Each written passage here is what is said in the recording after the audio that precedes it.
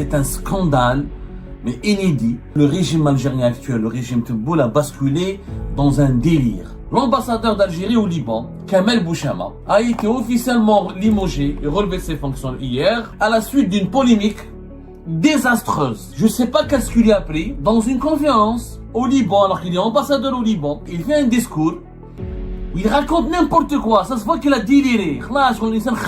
Il a commencé à traiter de Donald Trump, de cow-boy, de malade mental. Sa place, elle est dans un asile psychiatrique. C'est pas normal qu'il se retrouve à la tête de la première puissance mondiale. Des propos incroyables, choquants. Alors qu'il est ambassadeur, il engage la parole de l'État. Ses paroles, ses propos, ses positions illustrent une position officielle de l'État. L'Algérie qui essaie d'avoir de bonnes relations avec les États-Unis d'Amérique. Son ambassadeur au Liban, il insulte le président américain. C'est extrêmement grave. Et cette affaire, c'est les médias marocains qui ont commencé à la médiatiser. Kamel Bouchama, ce qu'il a fait, c'est une insulte. Comment t'es un ambassadeur, tu traites un président américain de malade mental? En réalité, qui est malade mental? C'est Kamel Bouchama. Et qui est le vrai malade? C'est Abdelmajid Tebboune qui l'a rappelé. Classe. Maintenant, il faut casser le tabou. Tebboune هذا راح يهلك البلاد. C'est Tebboune qui l'a ramené. Parce que c'est son ami. C'est un scandale, mais inédit, qui démontre encore une fois que le régime algérien actuel, le régime Tebboune, a basculé dans un délire. L'âge très avancé des dirigeants algériens a toujours été pour nous un frein pour le développement du pays. Nous avons toujours critiqué l'âge très avancé et ce vieillissement de nos élites dirigeantes. Et nous avons toujours critiqué le monopole des postes les plus importants, plus au sommet de l'État, par des dirigeants très âgés, souvent malades, irrationnels, et vu leur âge avancé et malade, ils sont déconnectés de la réalité, et à cause de leur incapacité intellectuelle et physique à vraiment s'occuper de leurs fonctions et être à la hauteur des missions importantes qui leur sont attribuées dans le cadre de leurs fonctions, de leurs privilèges, le pays en pâtit dangereusement et n'arrive jamais à se développer. Une affaire vient d'illustrer cette vérité amère et ce complexe biologique. Parce que l'Algérie, le problème du régime algérien, au-delà de la mauvaise gouvernance, de la corruption, de l'injustice, de la dictature, il a un problème biologique. C'est que ces décideurs sont très âgés, malades, et quand tu dépasses 83 ans, quand tu dépasses les 80 ans, tu commences à avoir des poussées délirantes. L'âge, c'est scientifiquement prouvé. L'usure, on est plus usé, plus abîmé, la pression du poste, la pression du travail. Quand on est à plus de 80 ans, on n'est pas aussi dynamique, on n'arrive pas à fournir un effort de qualité, ni intellectuel, ni physique, comme quelqu'un qui est âgé de 50 ans, ou de 45 ans, ou voire même de 60 ans. 80 ans et quelques, c'est quand même une personne âgée. La dictature des personnes âgées en Algérie, elle fait du tort à notre pays. Une affaire vient de l'illustrer. L'ambassadeur d'Algérie au Liban, Kamel Bouchama, a été officiellement limogé et relevé de ses fonctions hier, le 1er octobre 2025, à la suite d'une polémique désastreuse. Ce monsieur, qui est un ancien ministre, depuis les années 80, il est au pouvoir. Kamel Bouchama, moi je l'ai rencontré. C'est un écrivain, un intellectuel, arabisant, arabophone. Je l'ai rencontré en 2018-2017. Mais là, il est âgé, il est très âgé. Je ne sais pas qu'est-ce qu'il a pris dans une conférence au Liban, alors qu'il est ambassadeur au Liban, depuis le mois de février dernier. Il est ambassadeur depuis février 2025. Auparavant, il était ambassadeur en Syrie. Il a dû quitter la Syrie à cause de la chute du régime de Bachar al-Assad en 2024. Lors d'une conférence animée au Liban, conférence publique, d'un événement culturel, il fait un discours où il raconte n'importe quoi. Ça se voit qu'il a déliré. Comment ça? Début d'Alzheimer ou le début de l'excès de vieillesse. L'excès de vieillesse, à un moment donné, à un certain âge, on perd son irrationalité, on commence à dire des propos délirants, on commence à délirer. Il a commencé à traiter de Donald Trump, de cow-boy, de malade mental. Sa place, elle est dans un asile psychiatrique. Elle n'est pas, c'est pas normal qu'il se retrouve à la tête de la première puissance mondiale. Des propos incroyables, choquants. Alors qu'il est ambassadeur. Le Kamel Bouchama, il a oublié qu'il était ambassadeur. Il a commencé à parler, on dirait que son opinion personnelle. Mais un ambassadeur n'a pas d'opinion personnelle. Un ambassadeur, il représente l'État. Un État. Il engage la parole de l'État. Ses paroles, ses propos, ses positions illustrent une position officielle de l'État.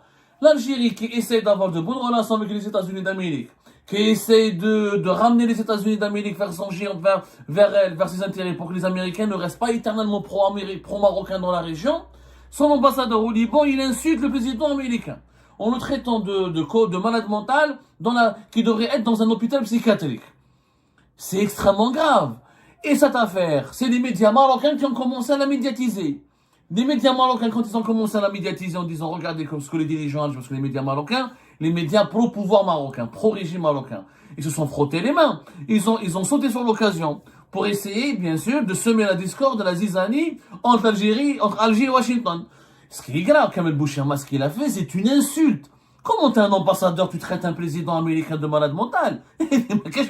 En réalité, qui est malade mental? C'est Kamel Bouchama. Et qui est le vrai malade? C'est Abdelmajid Tebboune qui l'a rappelé. Il faut khlas. Maintenant, il faut casser le tabou. Tebboune a dit le bled. C'est Tebboune qui l'a ramené. Parce que c'est son ami. Il faut dire la vérité. Ce qui est Kamel Bouchama, les jeunes Algériens ne le connaissent pas. Kamel Bouchama, il est originaire de Cherchel. Il est né en 1943. Il a 82 ans. Kamel Bouchama, il était ministre de la Jeunesse et des Sports les années 80. Il était ministre de la Jeunesse et des Sports entre, je pense, 83, 80, laissez-moi vérifier, 83, 84, si je me trompe pas. C'est un ancien. Il était déjà au pouvoir depuis très longtemps. D'ailleurs, les générations d'avant se souviennent de lui. Alors, il a été, ensuite, il est resté ambassadeur. Il était ministre de la Jeunesse et des Sports entre 84 et 88. 84, 88. Moi, je suis né en 84. Donc, vous dire, il était ministre le jour de ma naissance. Vous imaginez, j'ai plus de 40 ans maintenant. Il y a eu 40 ans de cela, il était au pouvoir. Ensuite, il était désigné. Alors, il a disparu, puisque par la suite, il est devenu, à l'époque, Bouteflika l'a rapidement mis à l'écart. Il s'entendait pas du tout avec Bouteflika. Bouteflika l'a bien vu, parce que Kamel Bouchama, c'est un intellectuel, mais il est très acerbe. Il est insolent. Il est très insolent. Il va rapidement vers l'insulte. Rapidement, il va vers la diffamation, la calomnie. C'est pas un intellectuel vraiment élégant. J'ai fait une interview avec lui. Il a des idées intéressantes quand il dispose de toutes ses forces mentales. Mais il a vraiment un sale caractère. Très sale caractère. Donc, Bouteflika l'a mis à l'écart. Quand il est venu Bouteflika, il était ambassadeur en Syrie en 2001. Ensuite, sa carrière, Bouteflika l'a vraiment l'a limogé pratiquement. Il a relevé ses fonctions. Il l'a mis à la retraite. Il a été écarté de l'appareil diplomatique. Abdelmajid Tebboune le connaît. Abdelmajid Tebboune, ils ont le même caractère que Bouchama et Tebboune, c'est le même caractère. Des populistes, ils aiment des bagarreurs, des sales caractères, ils sont violents. C'est des personnes, vous avez vu Tebboune. Kamel Bouchama, c'est comme Tebboune, sauf que Kamel Bouchama, il est plus instruit, il est plus intellectuel. Voilà, lui au moins Bouchama, il a écrit des livres, il connaît l'histoire, c'est un spécialiste du Moyen-Orient, de la Syrie, du Liban. Il a beaucoup écrit sur les descendants de l'émir Abdelkader, sur les Algériens qui ont vécu au Liban et en Syrie. Mais en réalité, ils sont deux personnages caractériels, colériques, et envieux et durs.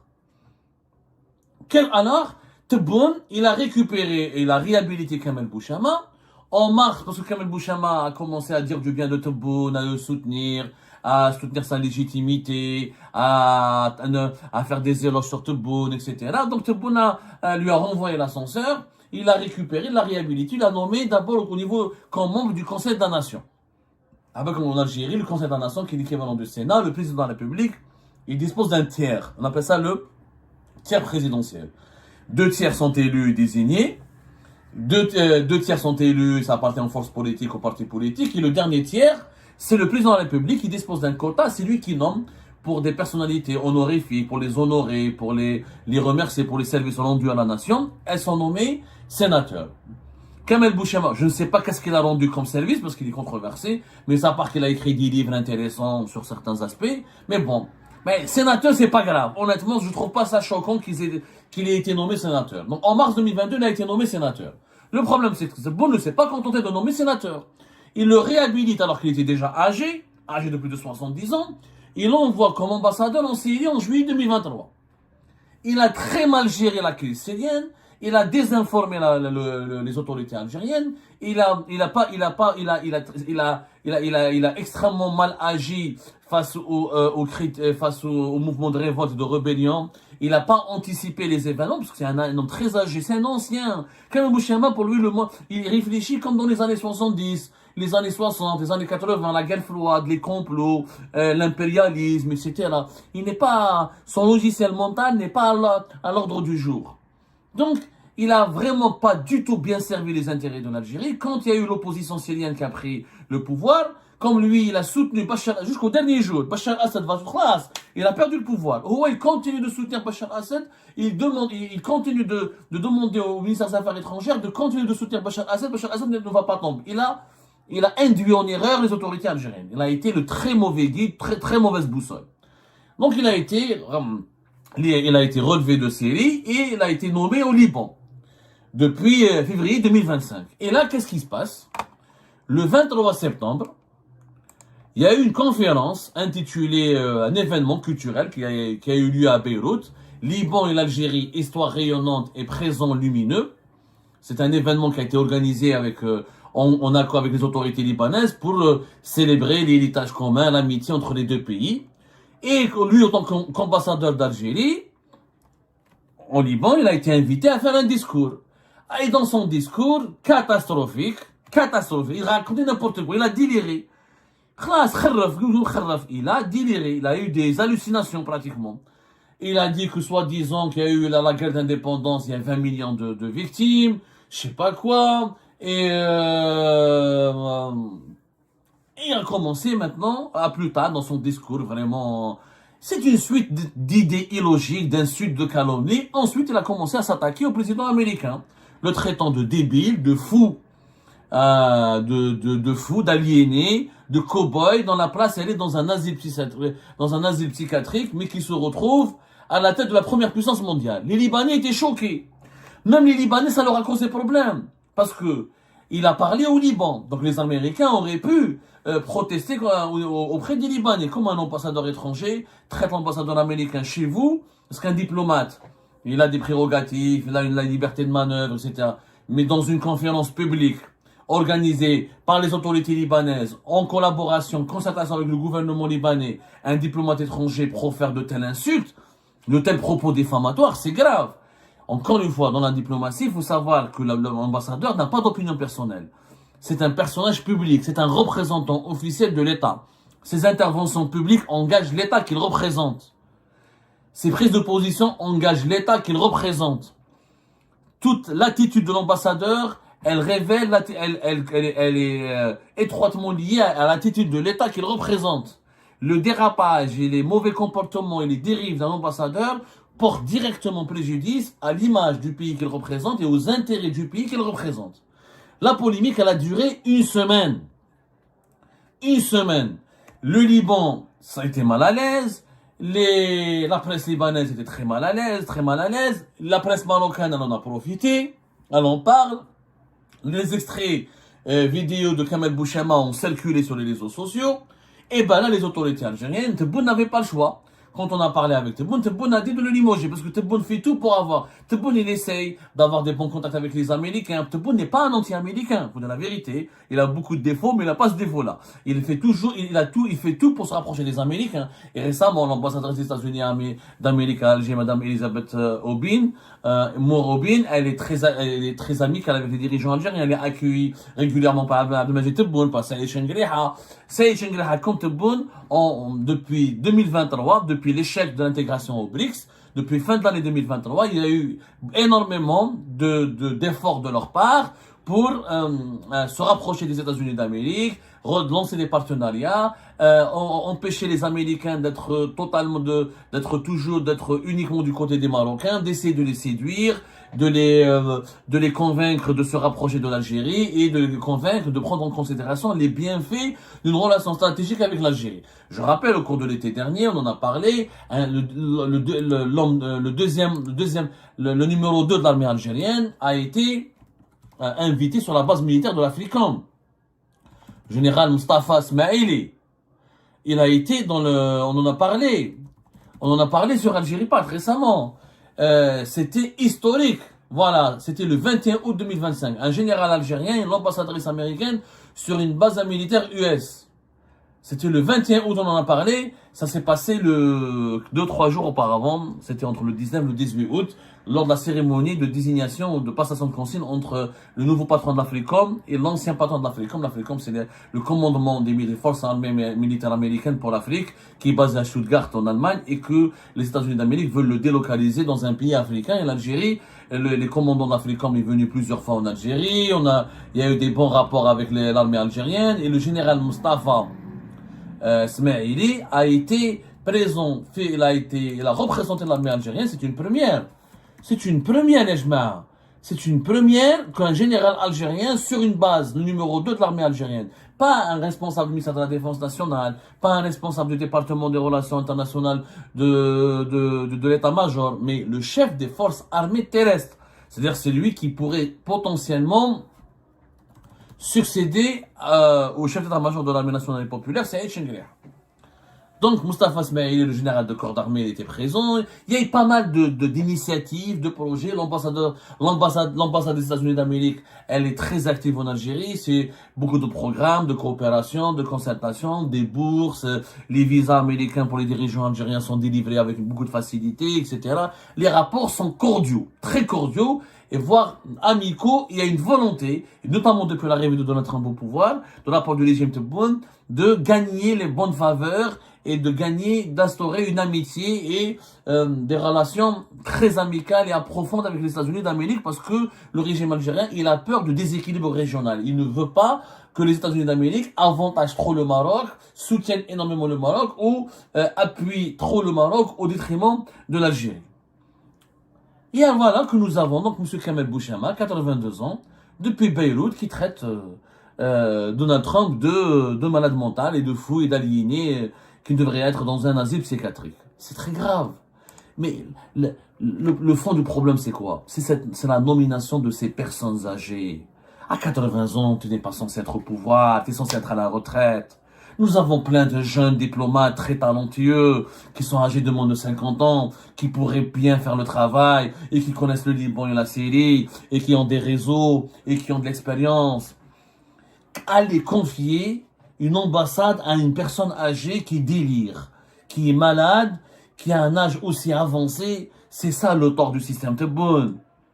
Tebboune lui-même, dans ses interviews, on voit l'impact de son âge. Il délire, il dit n'importe quoi, il maîtrise pas les chiffres, et des fake news, des informations incorrectes, des discours mal prononcés. Alors, là, on ne peut pas continuer comme ça. La dictature des personnes âgées, à un moment donné, elle doit cesser. Le renouvellement générationnel des dirigeants algériens, il est important. Nous avons, en plus d'un problème politique, économique, de mauvaise gouvernance, nous avons un problème biologique. L'âge avancé de nos dirigeants. Des généraux à 80 ans, des ambassadeurs à 80 ans, des présidents à 80 ans, des ministres à 80 ans. C'est pas normal. À un moment donné, on est un pays jeune. Je le disais tout à l'heure. 47% de la population algérienne, elle est âgée de moins de 28 ans. Et dans les postes stratégiques, dans les postes importants, un ambassadeur au Liban ou là en Syrie, c'est un poste important, c'est le Moyen-Orient. C'est le foyer de tension le plus important du monde. Voilà, et avec le Liban, la Syrie, les pays du Moyen-Orient, nous avons des intérêts importants. Je vais pas mettre quelqu'un âgé de 82 ans qui délire, qui se maîtrise pas, qui a des bouffées d'hallucination. Ça, le résultat catastrophique, encore une fois, du maintien au pouvoir de personnes âgées, vieilles, de personnes âgées, avec tout le respect que j'ai pour nos aînés, mais à un moment donné, il faut revenir à un minimum de rationalité. Les personnes âgées devraient être à la retraite. Je suis désolé, à un certain âge, tu ne peux plus travailler. Tu ne peux pas travailler. Ambassadeur, président, ministre, chef d'état-major, c'est des postes qui exigent un effort physique, un effort intellectuel, qui exigent une lucidité permanente. Tu es à 82 ans, 83 ans, qu'est-ce que tu peux faire? Je ne comprends pas de les dirigeants algériens. À un moment donné, ils doivent accepter de partir, de disparaître, de quitter la table. Tant qu'on ne va pas casser ce tabou de l'âge avancé et des capacités mentales et physiques des dirigeants algériens, tant que ce tabou n'est pas cassé, on ne va jamais évoluer vers le progrès